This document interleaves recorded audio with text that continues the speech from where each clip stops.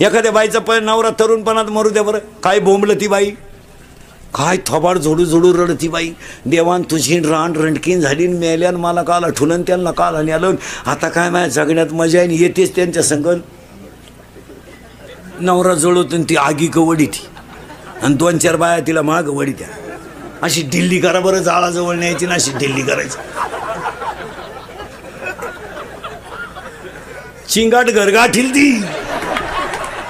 कोण मारत तर कोणच्यासाठी मारा, झाकली अरे फक्त म्हणायला आहे. कोण करत एखाद्याची बायको तरुणपणात मरू द्या, म्हणजे मरू नये, मरू द्या, त्याला 2 पोरं असावं गोजीरवाणी, आणि 2-4 दिवस व्हा बायको मरून आठवडाभर, आणि आपण त्याला भेटायला जावा. ते असं दारात बसलं राहतं. पोरं खेळा त्या अंगणात, आपण त्याच्याजवळ जायचं आणि त्याला म्हणायचं काय चालय, काय चालय. तो म्हणतो काय चालायचं, वाटोळं झालं परपंचाचं. जगण्यात मजा नाही राहिली. देवानं माल न्यायला लागत होत, तिला नव्हतं न्यायला लागत. बिगर बायकोचं जगण्यात मजा नाही. कसा आठवडा काढला माझं मला माहिती. त्याला विचारायचं बायको बिकू करता का, छे छे छे छे, मला काय करायचं बायको करून, पण यांनी कोणाला आई म्हणा.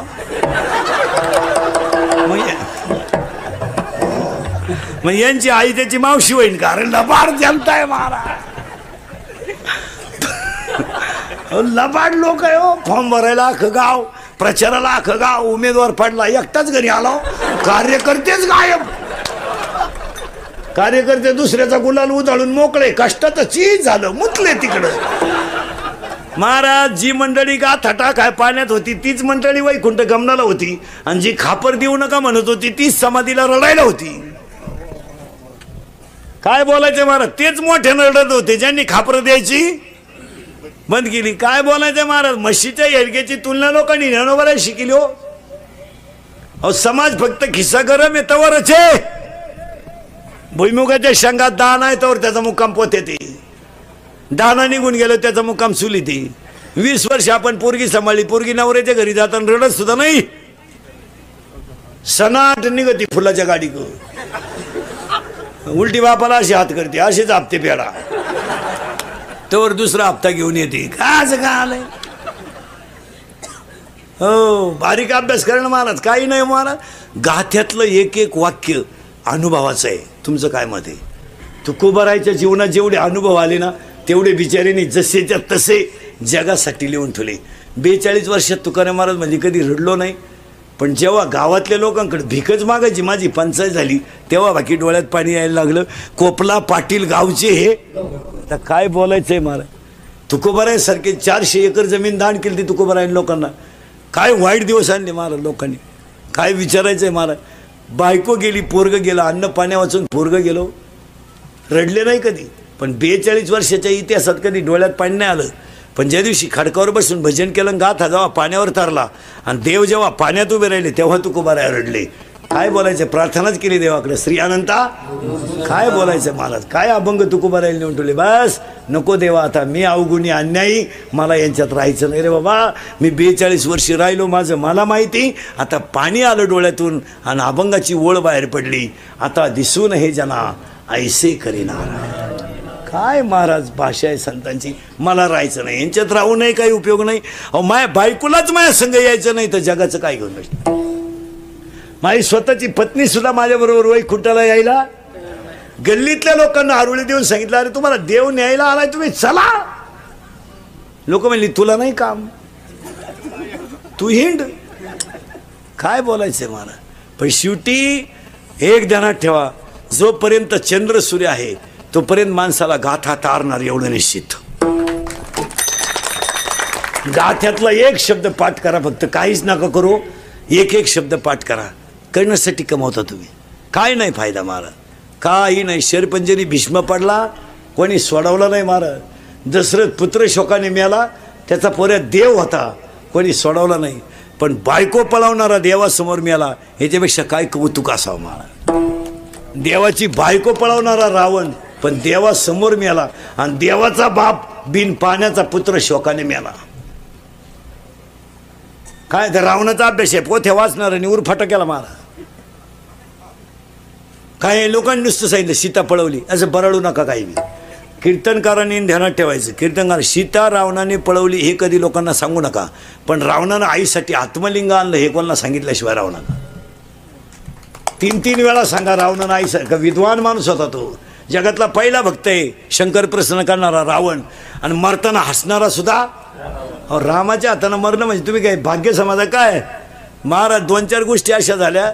जटायू रामाच्या मांडीवर मेला, काय भाग्यवान पक्षी असेल महाराज. रेडा किती भाग्यवान असेल, त्याच्या पाठीवर माऊलीचा हात गेला. अहो जिजाबाईचा पाय किती भाग्यवान असेल का तो देवाने हातात धरला. आपल्या लोकांनी उरफाट्या पोथ्या वाचायच्या. रावणांशी त्या वाल्याचं तसंच केलं, म्हणले 17 बामणं मारली त्यानं. एवढी बामणं होती का इथं? 2-4 गावा मिळून एक बामण आहे, त्यानं आणली कुठून एवढी बामणं? बरं आणली तर आणली, बामणं डोंगराला गेलती का आला?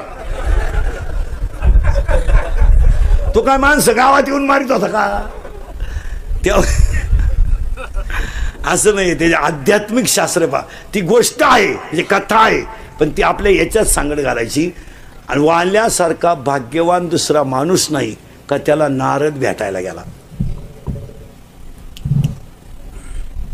आणि रामाला सुद्धा त्यानं लिहिलेल्या शब्दाच्या पुढं जाता आलं नाही. फक्त वाल्यामध्ये एकच अवगुण होता, त्याला संगत वाईटाची होती. आणि एवढंच पाठ करा, उगाच त्याला माणसं मारू दे.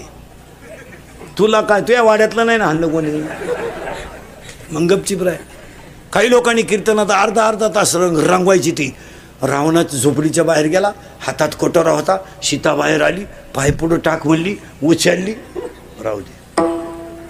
अरे तुही सीता 12वीच्या पेपरला गेली, अजून नाही आली, मग तो रावणाची निदान नेली तरी त्यानं.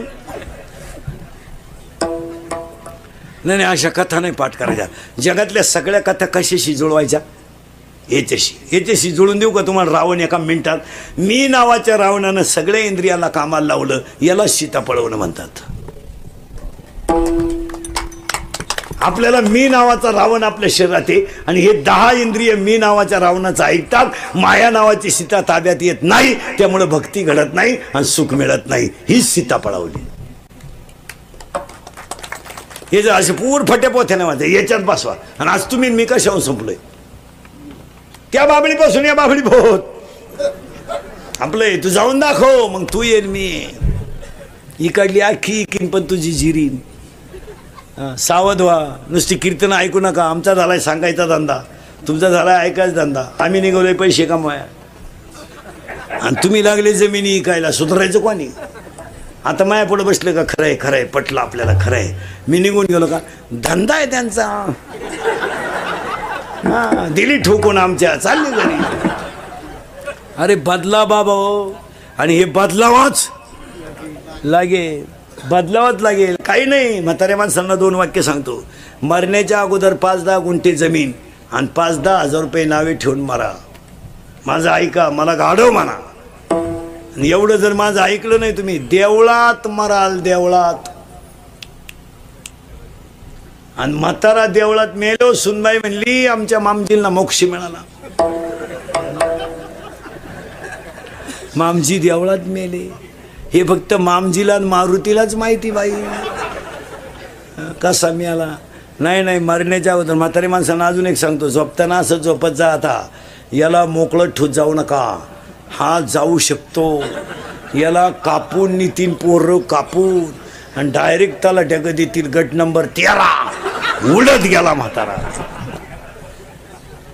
भयान प्रसंग आलाय महाराज, भयान. नाही आला? हां, भाषण करणारे लोक ठोकर ध्यानात ठेवा. 2 ठिकाणी भाषणं टाळीत जा.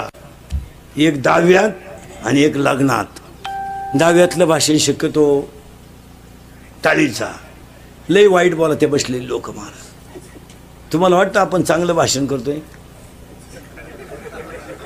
ची वाळूत बसेल मंडळी राहते ना, लई वाईट बोला त्या महाराज. आता काय सांग, तुम्ही बसते नसेल त्यांच्यात. मी कधी बस, मला काय फेटा काढलं कोणी ओळखीत नाही टपक्यात. हां, मी कुठं 10व्यात बसलो ना, खालची इतकी वाईट बोला त्यात, कारण त्यांना आपले सगळे लफडे माहीत.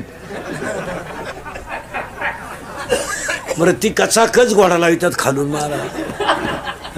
दहाव्याच्या ठिकाणी एखाद्या जाणकार माणसानं 5 मिनटं बोलावं, सगळ्यांचं आभार मानावं आणि सोडून द्यावं.